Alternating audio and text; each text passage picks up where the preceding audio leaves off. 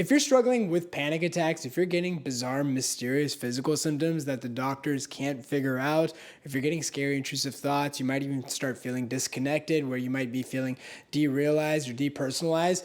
One of the things that can happen is that you might have sleep issues. This is a symptom that hit close to home. I was dealing with terrible insomnia when I was struggling with anxiety. In fact, I don't think I got more than 3 hours of sleep per night for like a year. And not only did I have this problem with anxiety, but I also started becoming concerned about the fact of, I'm not getting enough sleep. This can't be healthy. And I started putting pressure on myself, making myself sleep faster, sleep longer so that I can get better. I heard that a big part of getting better was getting adequate sleep, but I wasn't able to sleep. Well, in this video, I want to break down insomnia and how it applies to anxiety recovery and what are some principles that you can apply that will help you sleep better, because once I got out of the cycle, I can sleep like a baby now. So I want to give you some tips that will help you. These are a lot of the same tips that we help members in the mentorship as we're guiding them through the journey. So let's get it started.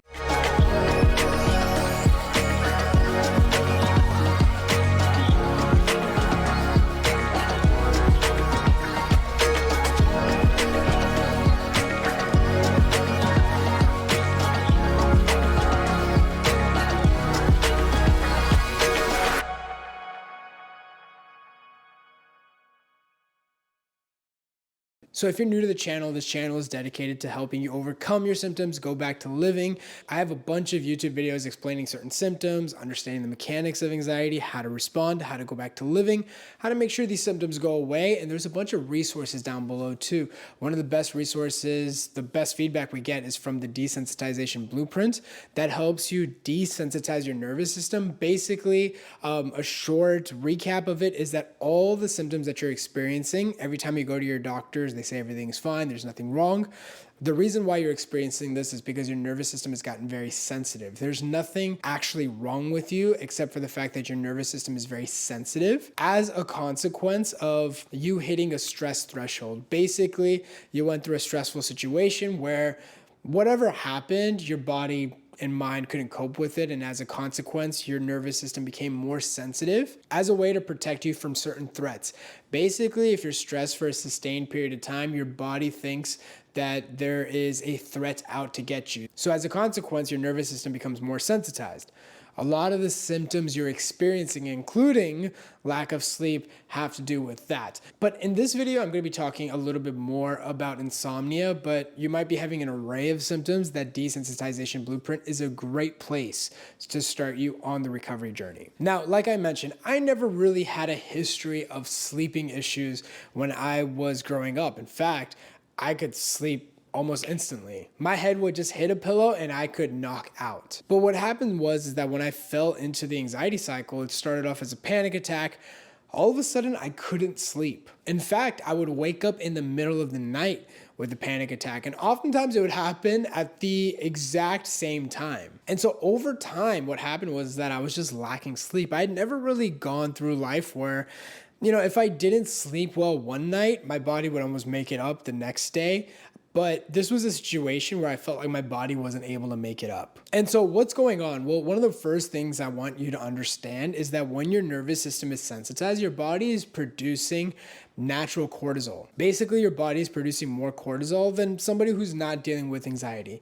Now, cortisol is a stimulant. It's produced internally in the body. In fact, if you've had medication like prednisone is also a steroid. It's used to reduce inflammation. And one of the side effects your pharmacist will tell you is that it might keep you up at night. You might not be able to sleep well. And that's because steroids inherently are a stimulant. So what happens? Well, when anxiety sufferers are more sensitized, their body is producing more steroids, is producing more cortisol, and as a consequence is that it affects your sleep cycle. So a big part of this is learning how to desensitize your nervous system.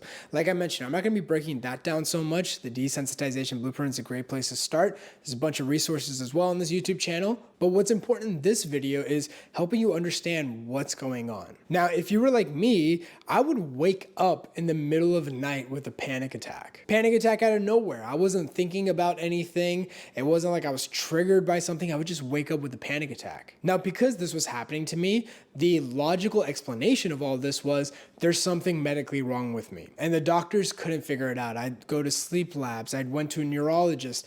I went on medication. I tried everything. I was even on sleep meds that would help me go to sleep, but I couldn't stay asleep. Now, if you're struggling with panic attacks in the middle of the night, why is that happening? Well, a lot of people think panic attacks only happen in situations where you get triggered. But when your nervous system is sensitized, believe it or not, your body is producing not only excess cortisol, but your body's producing excess adrenaline. So your body's producing excess amounts of that. Now, when your body decides to burn that off, which happens when you sleep, when you have excess adrenaline, well, that can manifest itself as a panic attack. So it's really important to understand that panic attacks are kind of there's two forms of it. There's a panic attack of when you're in a situation that's anxiety provoking where you'll experience panic attacks, but you'll also experience panic attacks when your body's burning off excess adrenaline. This can happen when you sleep. This can also happen, we notice this happens at later stages of people's recovery journey. Once they're doing so much better, it's almost like they have pockets of adrenaline left in their body and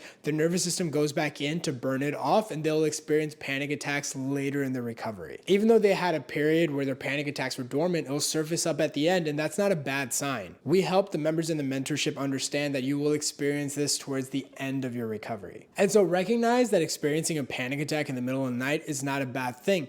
A big important part is not reacting to it, letting the adrenaline burn itself off. There's an acronym we use, which is called the ALARM method. Again, it's in the Desensitization Blueprint that helps you respond to that so that the adrenaline can burn itself off. And what often will happen is you'll notice you fall back asleep. Now, I want to talk about a couple of other principles when it comes to struggling with insomnia. I have noticed that a lot of anxiety sufferers put a lot of pressure on themselves when they're struggling with insomnia. I have friends that party, they stay up till 2, 3 a.m. Sometimes they're up all night. They do not care about sleep. And yet they're able to sleep like this. But an anxiety sufferer who has to make sure everything is exactly the same, making sure they have their solid routine, isn't able to sleep. What's actually pretty wild is when I was younger, I went to India with my parents and I would notice that the trains over there would be really packed, and it would get so packed that there'd be people on top of the trains. There'd be people that would literally be on top of the train because there wasn't room inside. I would notice that sometimes people, even on top of the train, would sometimes get so comfortable, so relaxed that they would fall asleep and they would almost fall off. I even noticed that when people were on bikes in India, they would almost pack families in one bike. And I could sometimes see the kid sometimes falling, or the wife would kind of doze off. And I used to get so frustrated by that because I had air conditioning, I had a comfortable bed, I had blackout curtains, and yet I couldn't sleep. And yet they're on a moving vehicle where it's borderline dangerous, where it is dangerous, and yet they're able to sleep like this. I used to get very irritated by that idea. Now, what's going on? Well, one of the first things I want you to understand is take the pressure off. I would say have almost like a blasé attitude towards sleep. Sometimes when people are struggling with insomnia, they respond by becoming more controlling. If one thing goes off, if something happens, they almost get irritated by it. And yet people that don't really think that much about sleep, that just don't really care that much, they're able to sleep like this. One of the best things you can do is take the pressure off. A lot of people try to expedite their recovery by trying to sleep more. They're trying to make sure they get a good night's rest, because if they don't get a good night's rest, then their next day is ruined. That's not how to look at any of this. Sleep. If you sleep, great. If you don't sleep, that's cool too. If you don't get enough sleep today, your body will catch up, sleep later. Every mammal in the kingdom is able to sleep. They're able to do it. They don't think about it. They don't rationalize things. They don't try to become very focused on, and become meticulous on certain things. They just sleep. And if they don't sleep the first night, they will sleep the other night. Start having trust in your body that When your body is ready, it will choose to sleep. So first is taking the pressure off yourself.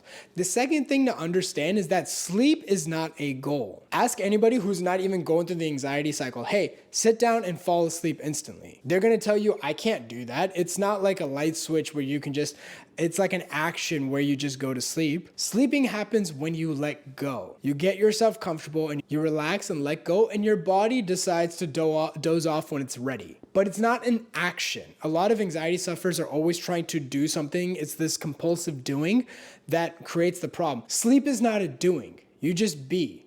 You just be and you let it come to you. So first, take the pressure off yourself. Second, recognize sleep is not the goal. And the third thing is recognize that this is all as a consequence of your nervous system becoming sensitized.